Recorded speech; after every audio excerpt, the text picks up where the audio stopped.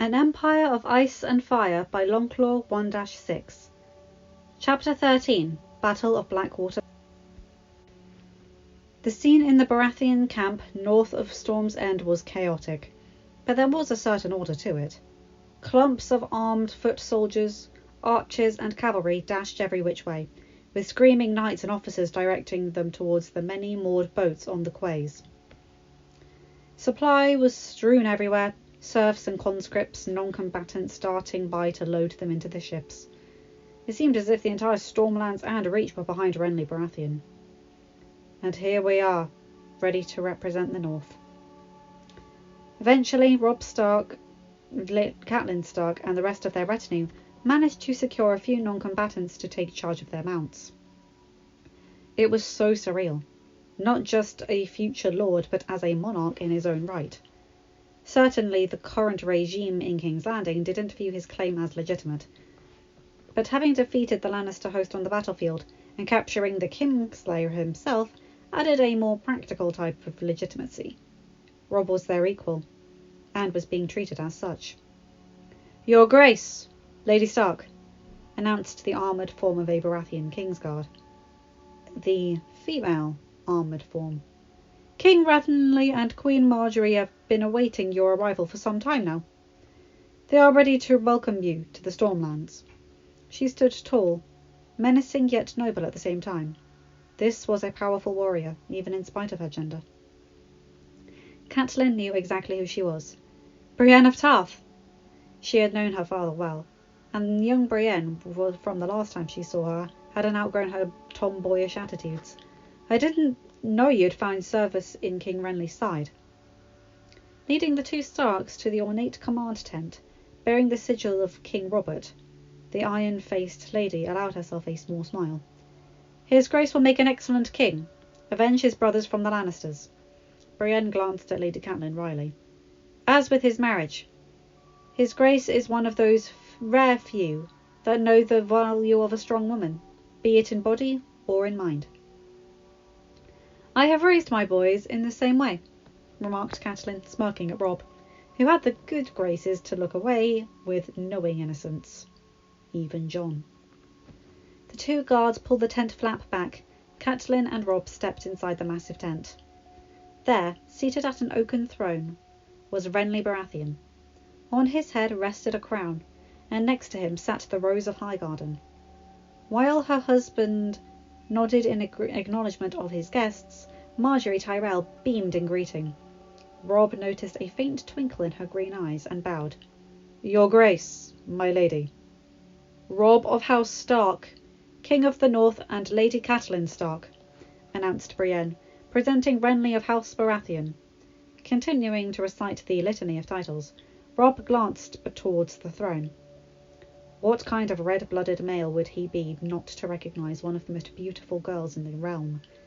And he had enough experience to tell she seemed to like what she saw. If only she weren't the rightful queen. He could almost hear his mother scolding him for taking the risks he was, so he covered them with a regal mask. His mother hadn't wanted to come, but the Northern Lords felt, and he agreed, that the young wolf supplement his battle skills with that of diplomacy. Robb knew he was experienced at that front, and had to obtain such knowledge if he wanted to be a great king for the North. "Greetings, young wolf. Lady Stark. Welcome to Storm End's camp," Renly stated after the titles had been announced. "You must be famished. Please, before we talk business, allow my household to provide you with food and drink." That did sound lovely. Almost an hour later, the servants were clearing up the last of the plates off the table. "Now then, sweet pea," the would-be king addressed his bride, "do please leave us. I have business to attend to with my guests." "Husband," Marjorie said, "this seems to be a discussion I could provide—" "I am sorry, dear," Renly replied in a sweet tone, but both Starks could sense the ice in it. "But that wasn't a mere request. I will come see you once I am done." With a kiss on her forehead, Renly bid her farewell. While rather polite, Catelyn knew no Stark would ever have disrespected their wife or female relative in any such a way. Judging from the fist Robb formed under the table, he agreed. Or was it something different? In possession of a mind as well as beauty, something she shared with the Tyrell Rose, and her famous grandmother. Catelyn could see the instant spark of lust between her son and the would-be queen. Good thing this meeting is only for a day or two. Robb's honour was enough to prevent him from sullying his good name in such a manner. But then again, Catelyn would have said the same for Ned. But he did honour you. Renly broke the contemplation. Now then, your emissaries have arranged for a framework for you two, and I am to enter an alliance? We have a common cause. I to take the throne, and to avenge my brothers. And you to avenge your father, young wolf. There is more to strategy and motive than vengeance, your grace, Catelyn said. And is that what you truly wish for? The rescue of young Sansa from the Red Keep? Biting her lip, Catelyn would have moved heaven and earth to rescue her daughter. Both her daughters. I wish, that the North achieve its rightful place. The rest of the realm understands us not. And what with the Targaryens did to us, and what Joffrey likely plans to do, our independence is non-negotiable. Catelyn was impressed. Her son sounded every inch the leader. Nodding, Renly smirked slightly. I have no issue with your independence for the North, as long as you swear the same loyalty to me as your great-father swore to Robert. That alliance between them and Jon Arryn brought over a decade of peace. An alliance between us would have the same consequences once Joffrey's head is mounted on a pike. And that will be soon, as I plan to assault King's Landing within the fortnight. If you plan to do so, what role do we play? Robb was genuinely curious. Renly was still a far better strategist than him. The Lannister army under Lord Tywin still exists. It needs to be pinned and defeated, even after the capital falls. He raised a glass. May this alliance last 1,000 years. Setting down the sleeping figure of her young son, Dany kissed his little pink cheek. Sleep tight, sweet prince. Dream of how mighty a warrior you shall be, and of the great kingdom you will inherit. The 7th-month-old Rhaegar Targaryen yawned in his sleep, arms stretching up. A once-hardened heart melted into goo, Dany feeling such love for the tiny little creature before her. Soft crying from the other crib in her personal tent, guarded by 4 elite unsullied soldiers picked by Grey Worm, her top commander, drew her attention. My sweet little one, she cooed, clutching Arya close to her. Even with her features, she reminded her so much of Jon. It warmed her heart and made ache at the same time. The wails lessened, but she remained as fussy and discomforted as before. Please don't cry. What could be bothering you? What with securing the Unsullied, preparing battle plans, and raising 3 unruly dragons, the time needed to morph from a confused girl into an experienced mother was limited. Handmaidens helped, Melisandre being quite the natural, much to her surprise, but as Dany insisted on keeping her children as close as possible to as opposed to most northern women. She loved them, and aside from Saracen, they were her only connection to Jon. Rocking her daughter back and forth, Dany racked her brains for why Arya could be crying. Cloth dry? Melisandre fed her only an hour ago. She doesn't look or feel sick. If it was loneliness or missing her mother, Arya would have calmed down. Normally composed and regal, Dany was close to crying in pure frustration. Jon would be laughing his butt off at this, she thought. Desperation made her look outside the box. Would you like to hear about your father? Abruptly, the wails stopped, Arya blinking her grey eyes at her mother.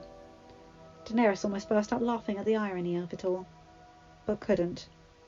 She missed Jon desperately, so it was only natural that even their 1-year-old children would spiritually crave closeness with their father. Well then, let me tell you about the North's greatest swordsman, born of House Stark, the most honourable house in all of Westeros. The future of our house rests upon you fathering children for his grace. Her former beauty withered by age, though most said it had slowly transferred to the new generation, the Queen of Thorns still possessed the sharpest of minds. You must try harder, my dear. Sighing, Marjorie's beauty was marred with frustration. You don't know how I've tried, grandmother. It is of no use. I don't want to hear it. Elena spat.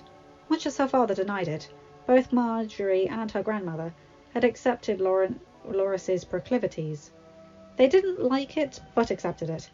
Even your brother can sleep with women if he wants to. Don't tell me your husband. Marjorie nodded. Nothing I do. He will never quicken me, I fear. Muttering something foul, Elena rose and hobbled to a window with her cane. I was afraid of that. You must try and bear him a son, and you are fertile now. Her wrinkles deepened in thought. Perhaps. I think I may have a solution to this. Pulling a dark cloak over her head, hiding her face in the darkness, Marjorie Tyrell stalked through the darkened camp. To her right, the waves crashed into the rocky coast. The name for the Stormlands was apt, and luckily the ships were all moored at Storm End's harbour, which was protected by a stormbreaker barrier to the waves. If anything, it joined with the post-feast lethargy amongst the men, to help cloak her from the discovery. Marjorie's husband wouldn't care. He was currently enjoying himself with Loras in the warmth of the royal tent. And therein laid the problem. The perfect marriage arrangement of the Reach and House Tyrell could only work if she delivered King Renly, soon to be the undisputed king of the Seven Kingdoms once Joffrey was disposed and King's Landing was his, a son and heir. However, with her husband unable to do it with anyone but a man, she was stuck with what her grandmother felt was the only solution. It would be simple enough after the fact. If Renly was anything like his brother, get him drunk enough to pass out and he'd believe anything. Could have happened before losing his consciousness. Loras would play ball. No matter how hard he loved Renly, his loyalty to their house was unquestionable. The complexity entered with finding a person who could both be willing to commit adultery with the Queen and one that resembled Renly enough to avoid uncomfortable questions. Covered in bulky and flowing garments, Marjorie could never deny her renowned beauty. She was truly the Rose of the Reach, as many called her, suitors crawling on their hands and knees for her until Renly Baratheon swooped in. Seduction wasn't too bothersome a chore. Her grandmother had taught her well in that. But who would be trustworthy enough not to blab? Someone with a stake in the game. Finally, with many to choose from, only one tickled Marjorie's fancy, and he was the one whose tent was about to host an unexpected visitor. Pushing the flap back, she stepped inside. The brazier had died out, but in the summer heat, it was actually better that it had. Creeping closer to the bed, Marjorie was about to remove her cloak when a knife found itself pressed to her throat. Her blood turning to ice, body shivering in terror. Identify yourself, Robb Stark growled, blanket slipping down his torso. Bear due to the temperatures in the south. Fingers shaking, Marjorie managed to complete the task of lowering her hood. Hard eyes widened in surprise, the knife lowered. Queen Marjorie? What are... Suddenly self-conscious, Robb covered his torso with a thin blanket.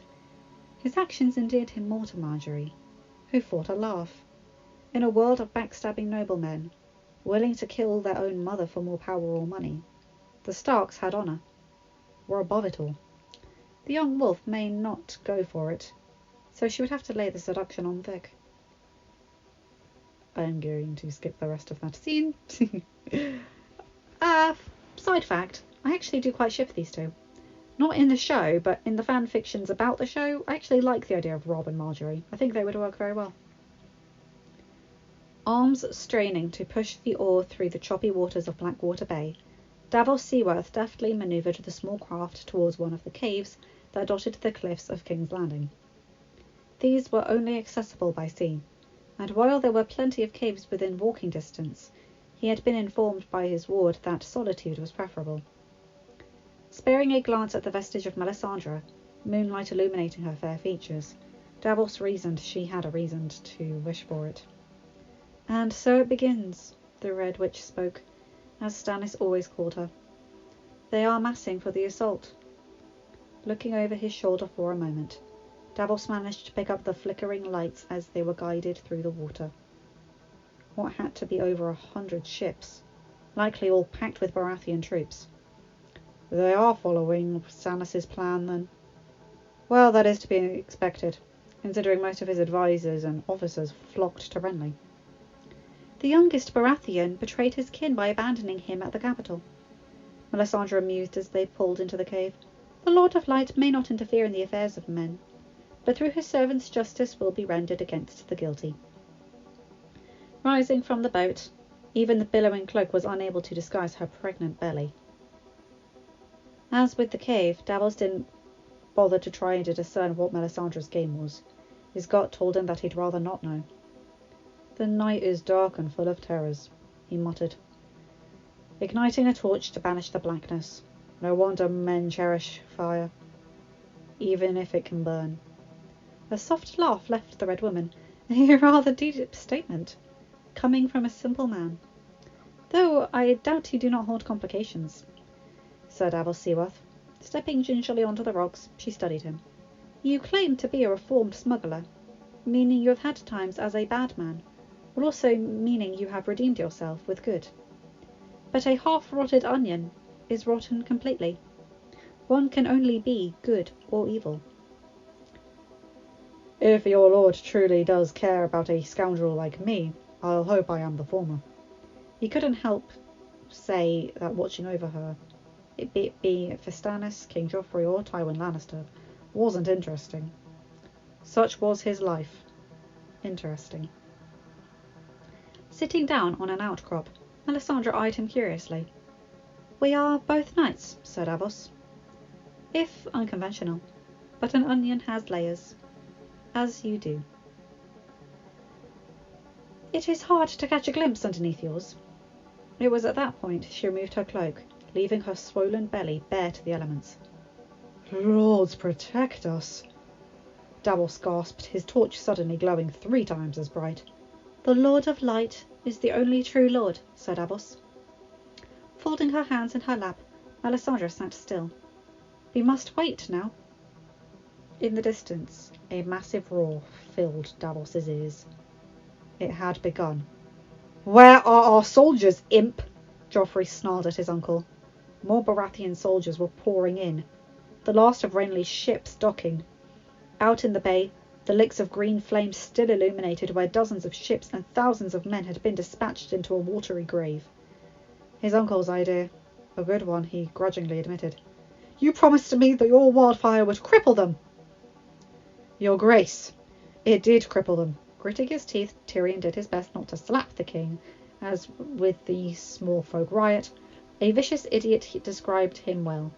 But with his blood up and the Longclaw standing right next to him, it wasn't the safest time to deliver hard lessons.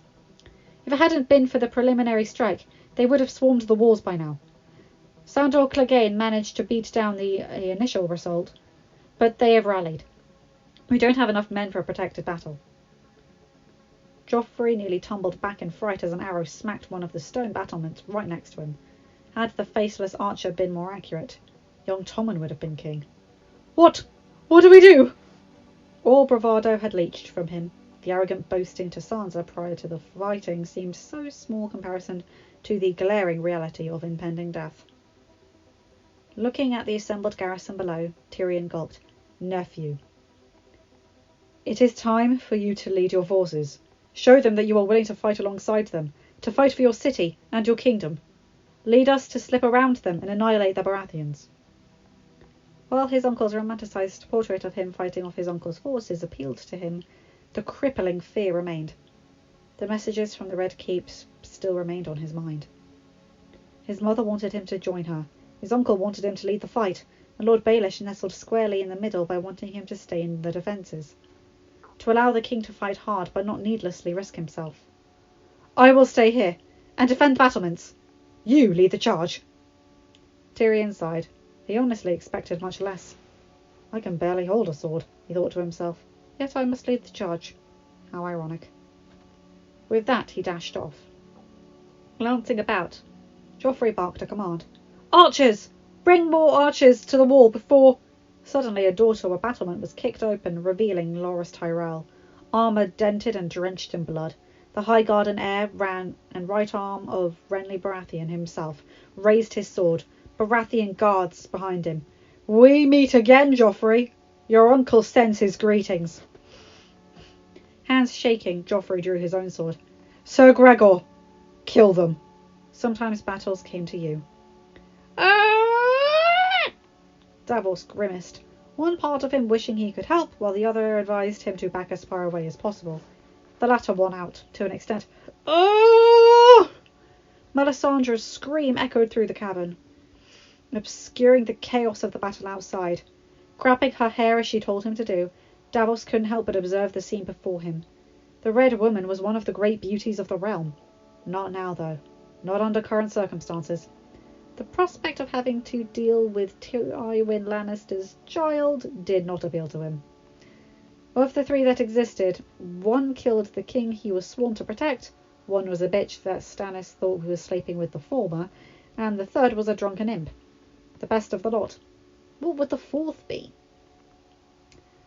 Davos soon got his answer.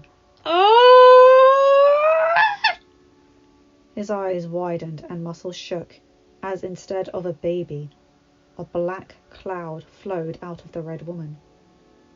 More literally clawed its way out with wraith-like hands. The Lord of Light demands justice, she shrieked. The wraith was fully out, taking the shape of a humanoid form. Deliver it unto those that seek evil. A pitched scream left the dark shroud, racing through the air to some unknown prey. Well then, close to shell-shocked, Davos couldn't help the calming quip that left his trembling lips. My decision to not cross you seems to be working out for me. Drop anchor, the captain yelled, the massive weight smacking onto the muddy ocean bottom. The fleet flagship held itself only 100 yards from the city walls, just about to fall. Renly felt on top of the world, standing just in the entranceway to his cabin, the sounds of battle filling his ears. What had nearly looked like defeat was now just in the wisps of green flame and debris on the sea's surface. Soon he would be king. Soon he would sit upon the Iron Throne. Husband! Cried out Margaery, trembling from apprehension. You may be killed, being so close to the battle. It was already killing her that Loras was fighting on the city walls. Scoffing, Renly looked back at her. That will not happen, wife. I will be king, and you queen. Confidence ringed his handsome features. The words stabbed deep. Her passion with Robb Stark, however satisfying and amazing it was, hadn't produced a child. She had bled 1 week before, and would have to start all over again. The fortunes of House Tyrell under King Renly vested on it. Lady Brienne caught her eye. Don't worry, my lady. I will make sure no harm comes to him. Her words were spoken too soon, for both jumped back as a black wraith passed through the wooden walls of the ship. A wraith looking exactly like Tywin Lannister. Floating behind Renly, a translucent dagger formed and sliced through his resplendent stag armour, impaling his heart. No! Brienne cried, and Margaery just stunned silent. The wraith shrieked and vanished just as 2 Baratheon guards swarmed in. They saw Brienne, knelt at Renly's side, and assumption took over. You will pay for this, witch! One snarled, charging Brienne to draw her blade. Margaery, recovering her wits, tried to explain, but it was too late. Brienne killed both and stripped her armour off, plunging into the dark depths to make her escape. The Red Woman's plan worked. The Pretender was dead, and only 4 knew the truth.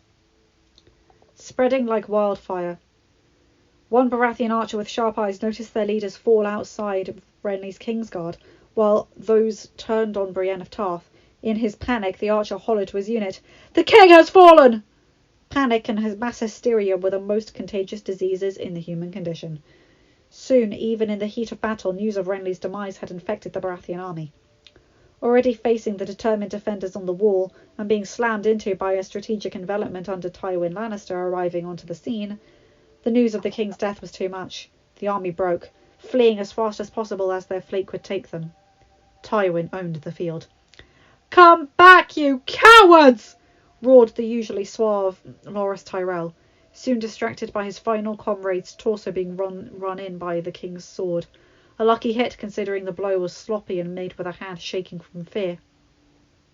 The blow that was reserved for the great heir of Highgarden came from the mountain. Revenge for the fated joust. Robert Baratheon's last. was best served cold for Gregor Clegane. But it was served. Loras Tyrell's face smashed in, just as Stannis's was. 10 moments later, the battle was over. 90,000 Baratheon and Tyrell forces had assaulted King's Landing by the sea. Only 15,000 escaped, 40,000 captured, and the rest dead on the beaches or in the water. Tyrion Lannister and the Lady Melisandre had delivered a great victory for King Joffrey. First of his name. None south of the Riverlands could challenge his etymology over the Seven Kingdoms. And oh, how the South would howl. End of chapter. Hi guys, hope you enjoyed this. Marjorie and Olenna on the scene. Ooh. And the battle. I really feel like I would be Davos in this. Just not knowing what the heck's going on, but just going with it anyway and trying to avoid conflict. Yeah. Anyway, remember to like, comment and subscribe and hit that bell to get notified whenever I upload a new video. Have a good day, night, or whatever time zone you're in. Bye my guys, gals and non-binary pals. I'll see you in another video. Bye!